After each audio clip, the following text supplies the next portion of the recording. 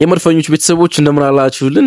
አርሰናል ኢንፎ ተመልሷል። 3 የተለያዩ አጫጭር መረጃዎችን ከእናንተ ጋር ደግሞ እንድቆይ ያደርጉኛል። በጣም ትልልቅ ዜናዎች አይደሉም፣ ግን ተጠፋፍተናልና አንዳንድ ታብሎይዶች ያወጧቸውን መረጃዎች በጣም ቢውልዱ ነው ወይም ደግሞ በትልቅ ደረጃ ባይዘገቡ ከእናንተ ጋር ቆይታ እንድናደርግ ይረዱናል። ሎሬንስ ሳኔና አርሰናል ስማቸው ተያይዟል። በድጋሚ ባለፈው ክረምት በደንብ ተያይዞ ነበር። አሁን በድጋሚ የሁለቱ ስም ተያይዟል። አርሰናልና ሎሬንስ ሳኔ ዝውውሩ እንመለከታለን። ቶማስ ፓርቲ እንዲሁም ደግሞ ማርቲኔሊ ገብርኤል ማርቲኔሊ ከባርሳ ጋር ስማቸው ተያይዟል። እንዴት እንነጋገራለን ሁለቱንም ጉዳይ ማለት ነው። ባርሴሎና ሁለቱም ተጫዋቾች ይፋዊ ጥያቄ ገና አላቀረበም፣ ግን ደግሞ ሁለቱም ተጫዋቾች እንደሚፈልጋቸው እየተጠቆመ ነው የሚገኝ። ከአርሰናል ጋርም ለመደራደር ዝግጁ ሆኗል፣ በተለይ በማርቲኔሊ ጉዳይ ላይ ማለት ነው። እነዚህን መረጃዎች እያነሳው ከእናንተ ጋር ቆይታ አረጋለሁ። ብቻ አብራችሁን ቆዩ። በቆይታችሁ ወቅት እንደ ወትሮ ሁሉ ሰብስክራይብ ማድረጋችሁ ከኛ ጋር ወዳጁ ናችሁ መቆየታችሁ አይለይ። እንዲሁም ቪዲዮውን ሲጀምሩ ለኛ ብርታት የሆነን ዘንድ ላይክ አድርጋችሁ ጀምሩ። ሁሉንም ስለምታደርጉ ከልብ እናመሰግናለን የመድፈኞቹ ቤተሰቦች።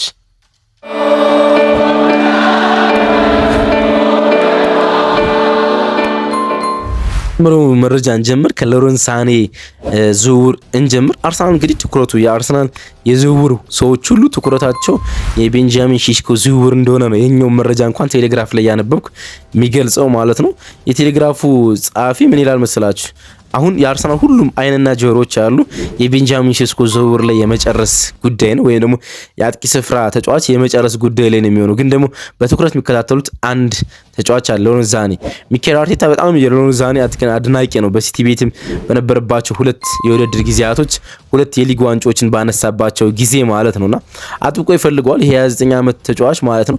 ከባየር ሙኒክ ጋር በዚህ ውድድር ዓመት የመለያየት ጉዳዩ እርግጥ ነው። አንደኛም ኮንትራቱ ይጠናቀቃል ከሚቀጥለው ወር ጁላይ ላይ ወይም ደግሞ ነሐሴ ላይ ነፃ ይሆናል ከኮንትራት። ሁለተኛ ባየር ሙኒክ በሱ ቦታ ላይ ተጫዋች ለማስፈረም እየሰራ ነው የሚገኘው። ኒኮ ዊሊያምስን አርሰናል እንደሚፈልገው ሁሉ እሱ ይፈልገዋል። እንዲሁም ደግሞ የኤሲ ሚላኑን የመስመር ተጫዋች ራፋኤል ላያውን አርሰናል እንደሚፈልገው ሁሉ ባየር ሙኒክ ይፈልገዋል። እናም አርሰናል ማርቲኔሊ እና ሊያንድሮ ትሮሳርድ በክለቡ የሚያቆይ ከሆነ አንድ ነፃ ዝውውር ብቻ ሊያደርግ ይችላል በዛ መስመር ላይ ተብሎ እየተገመተ ነው የሚገኘው። የአጥቂ ዲፓርትመንት ላይ ከፍተኛ ኢንቨስትመንት ሊኖራቸው ስለሚችል ማለት ነው። እናም አርሰናል በመስመር ተጫዋች ቦታ ላይ ከፍተኛ ኢንቨስትመንት ማያረግ ከሆነ ተመራጩ የሚሆነው የቀድሞው የሚኬል አርቴታ በጣም ተወዳጅ ተጫዋች ሎሬንስ ሳኔ የመሆን እድሉ በጣም ሰፊ ነው የተባለ 29 ዓመቱ ላይ ደርሷል። ከኮንትራቱ ውጭ ነው እንዳልኳችሁ። እና መጫወት የሚችልበት ዲፓርትመንት ግራ መስመር ቦታ ላይ ነውና ከግራ መስመር የተነሳ 2 ግራግሮችን አርሰናል ለመጠቀም ይሞክራል ነው ተብሎ የሚገመቱ። በዚህ ቦታ ላይ አርሰናል የመጀመሪያ ተፈላጊ የሚመስለው ከዚህ ሳምንት ከዛሬ በፊት ብራያን ምቡማ ነበር። ግን ብራያን ምቡማ ትናንትና በብሬኪንግ ኒውስ ከማንቸስተር ዩናይትድ ጋር በጣም ተያይዟልና ወደ ማንቸስተር ዩናይትድ መሄድ ይመስላልና አሁን ሎሬንስ ሳኔ ከአርሰናል ጋር የተያያዘ ነው የሚገኘው። አርሰናል ተጫዋቹን በነፃ ነው የሚያስፈርመው። እሱ ትልቁ ጉዳይ ይሆናል ማለት እሱ በፕሪሚየር ሊግ በትልቅ ደረጃ የመጫወት ፍላጎት ድጋሚ ያለው። ስለዚህ አርሰናል ኦፈር የሚያደርግለት ከሆነ እና የሚፈልገው ከሆነ ዝውውሩ ትልቅ ብዙም ዳገት ላይኖረው ይችላል፣ በቀላሉ መፈጸም እድልም አለው እያሉ ነው እንግዲህ ሚዲያዎች እየጠቆሙ የሚገኙት። ግን እንዳልኳቸው ይሄ ዝውውር ለመፈጸም የማርቲኔሊ እና የሊያንድሮ ትሮሳርድ በአርሰናል ቤት መቆየት እርግጥ መሆን አለበት። ከሁለት አንዱ ተጫዋቾች ከአርሰናል ጋር የሚለያዩ ከሆነ ማርቲኔሊ የሚወጣ ከሆነ ለአርሰናል ገንዘብ የሚያስገኝ ከሆነ ወይም ደግሞ ሊያንድሮ ትሮሳርድ ወደ ሳውዲ ፕሮ ሊግ የሚያመራ ከሆነ አርሰናል ትልቅ ዝውውር በዚህ ቦታ ላይ የማድረግ እድሉ በጣም ሰፊ ነው ማለት ነው። መረጃዎች እንደዛ ነው የሚጠቁሙት። ሌላ ሜትሮ ትናንትና በሊያም ግሬስ አማካኝነት በብሬኪንግ ኒውስ ካስነበባቸው ዜናዎች አንዱ የገብርኤል ማርቲኔሊ ጉዳይ ነው። በግራ መስመር አጥቂነት ባርሳ ወደ ገበያ እንደወጣ ይታወቃል። ትልልቅ ስሞችንም እየተመለከተ ነው የሚገኘው። ለምሳሌ የትልቁ የሚፈልጉት ተጫዋች ሉዊስ ዲያዝ ነው ከሊቨርፑል ቤት ማለት ነው። እሱ ዝውውር ማይሳካ ከሆነ ግን 2 ተጫዋቾችን እንደ አማራጭ አስቀምጠዋል ነው የተባለ።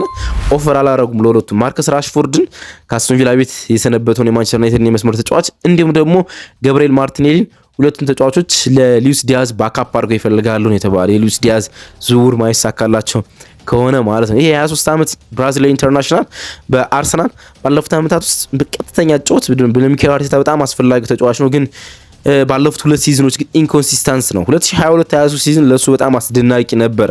በተለይ ደግሞ ከገብርኤል ሱስ ጋር በተጣመሩበት ጊዜ በጣም ድንቅ ፐርፎርማንስ ነበረ ሲያደርግ ነበር። ግን አሁን በጣም ኢንኮንሲስተንስ ነው። በተለይ ደግሞ በጎል አጨራረስና በመጨረሻ ፋይናል ሰርድ ላይ ባለው ውሳኔ ብዙ የአርሰናል ደጋፊዎች ብዙ ጥያቄ የሚያነሱበት ተጫዋች እንደሆነ ይታወቃል። ዳይሬክት ነው፣ ፈጣን ነው። ባርሴሎና ለዛ ነው የፈለገው። በተለይ ደግሞ ለካውንተር አታክ ኳሶችን በሚነጥቁበት ውስጥ ፈጣን ሽግግር ለማድረግ አጥብቆ ይፈልጉታል ነው የተባለ። ፍጥነቱ መቼም ማያወላዳ ነው አይደል? አንድ ቪዲዮ አለ በጣም ፖፑላር የሆነ ቪዲዮ ተመልክታችሁት ይሆን አይሆን አላቅም፣ ግን የአርሰናል ገጽ በሾርት ቪዲዮ ሪልስ በፌስቡክ ላይ የሚያጋራቸው ቪዲዮዎች አሉ።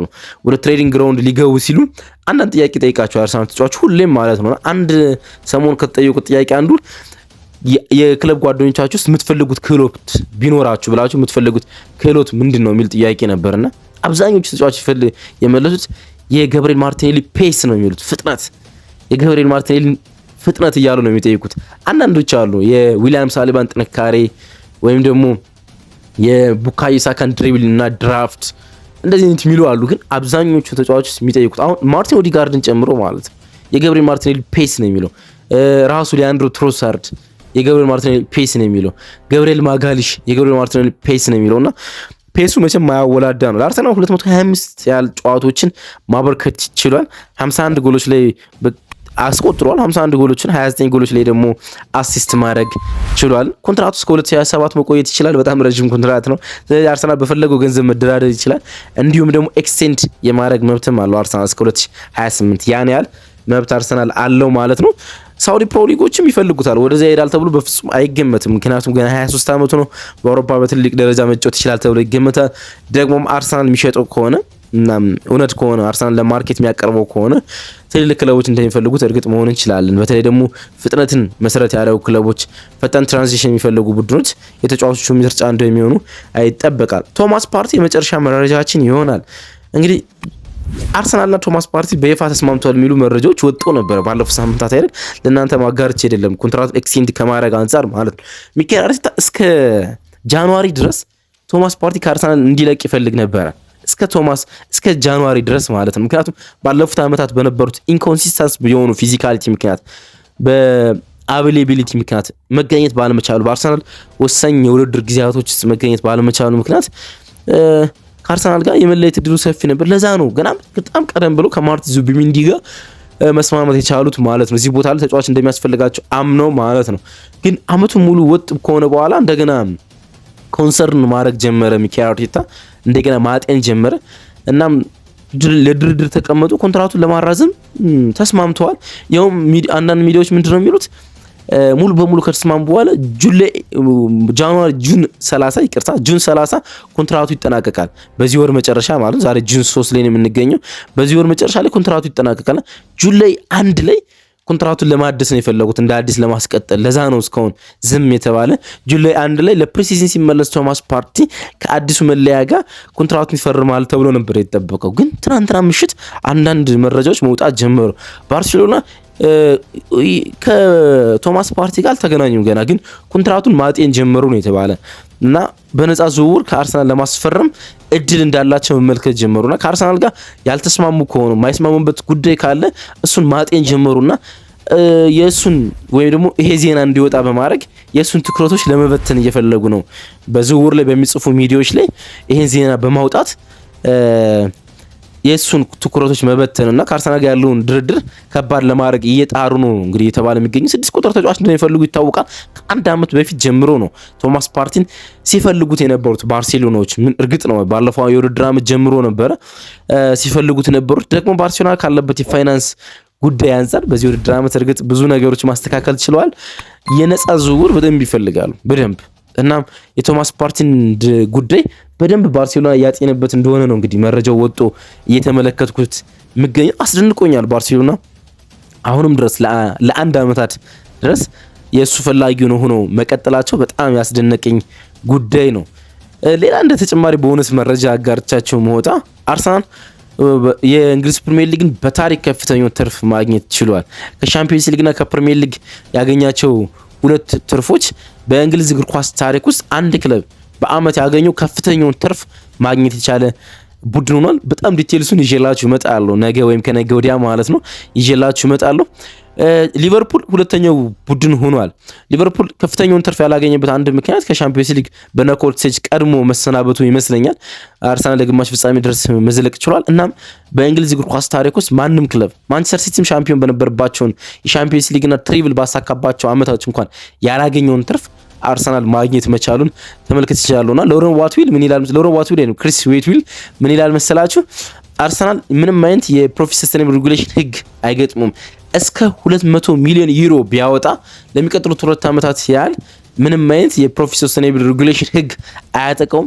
ስለዚህ አርሰናሎች የሚፈልጉ ከሆነ ከፍተኛ ኢንቨስትመንት በዚህ ውድድር ዓመት ማድረግ በዚህ ዝውውር ማድረግ እንደሚችሉ ይሄ ነግረናል ይላል። ዲቴልሱን ይዤላችሁ እመጣለሁ። በደንብ ስላላነበብኩት ሄድላይኑ ብቻ አንብቤ በፍጥነት ዜናውን ለማድረስ ለእናንተ ስለመጣሁ ነው። ዛሬ በተለያዩ ሚዲያዎች ልትሰሙ ትችላላችሁ። ነገ ለኔ ዲቴልሱን ይዤላችሁ መጣ ይሆናል ማለት ነው። አብራችሁ ስለቆያችሁ ከልብ አመሰግናለሁ። ውሏችሁ ቀናችሁ ብሩህ ይሁን። መልካም ጊዜ